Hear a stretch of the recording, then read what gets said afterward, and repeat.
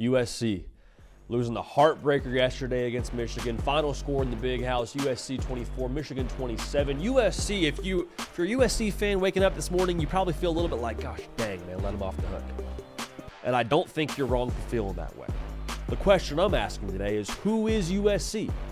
Because through 16 quarters, well, I guess they had their bye week, through 12 quarters, 4 weeks of the college football season, you should have a better gauge for USC. And I don't think that we're in the dark about SC for the, just to be clear. But I do think for the record now, there's some things we have to unpack from yesterday's game and the way that I woke up feeling about USC. We'll talk about that right now. USC fans, a lot in front of this team now. Just because you lost yesterday doesn't mean that your season is over by any stretch of the imagination. And I mean, you very much so already know that, but that's another reason to be subscribed to the On3 YouTube channel.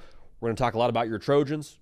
Appreciate all of y'all that have already subscribed. Thank you for that. If you haven't yet, also follow me on Instagram and on Twitter at JDPikel. Want to hear from y'all in terms of how you feel about yesterday's game. So back to what I was saying.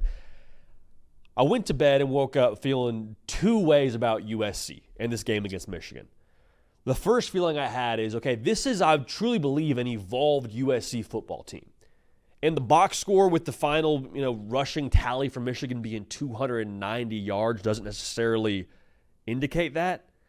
But I think if you actually watched that game and you add the context of the LSU game and the Utah State game, you can tell this is a defense now that was battling, man. They played violent football. Are they a finished product? Of course not. But again, they arrived with bad intentions. They are substantially better aligned. Tackling is improved.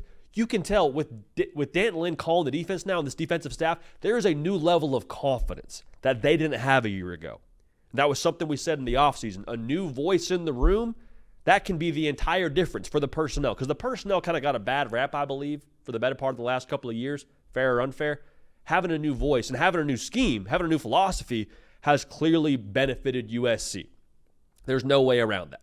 You played the bully of bullies yesterday with Michigan. Like, that's the way that they're going to operate. There's some things you got to figure out here, of course, defensively. Again, not a finished product, but if you think that's the same USC defense that we've seen the last couple of years, you're very much so mistaken and probably just looking at the box score. Now, offensively, there was some moxie there. This is still with my first feeling. Offense showed a lot of moxie. You go down with that pick six. You have a chance to throw in the towel. You battle back. Miller Moss just shows absolute ice water in his veins, throwing a touchdown at the end of the game to what you would think was all but to seal the deal. How about Marks, too? You have the ball. I think it was a fumble. Yes, it was a fumble. I was trying to remember exactly the sequence of plays. Fumble. Kenneth Grant picks it up for Michigan, and then Marks comes in, strips it out. Like, just the effort, the overall moxie, the edge this USC team has. I think it should be encouraging if you're a USC fan, because that's only going to serve them well going forward. This whole us against the world mentality, y'all didn't believe in us, scratch, fight, claw, a lot of character on this USC team, which I think should be encouraging if you're a USC fan. So that's the first feeling. Moxie, tough, physical, improved. My first feeling. But at the exact same time, the second feeling that I really just can't shake, man, is like, this is USC. There's no moral victories. There's no patting ourselves on the back for playing Michigan close.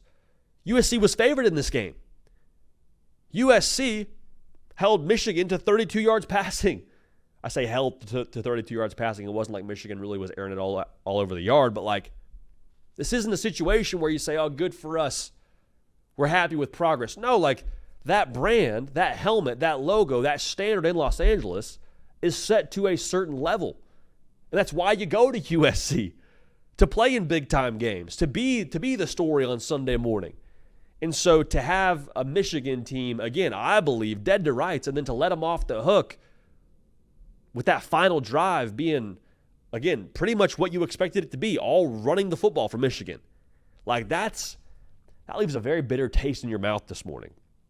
To get beat the same way that you've been beat the last couple of seasons, to be beat with 290 rush yards on the ground, it makes you sick, man. Again, there's improvement.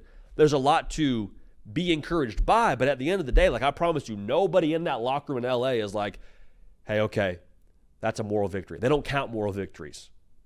Not at USC.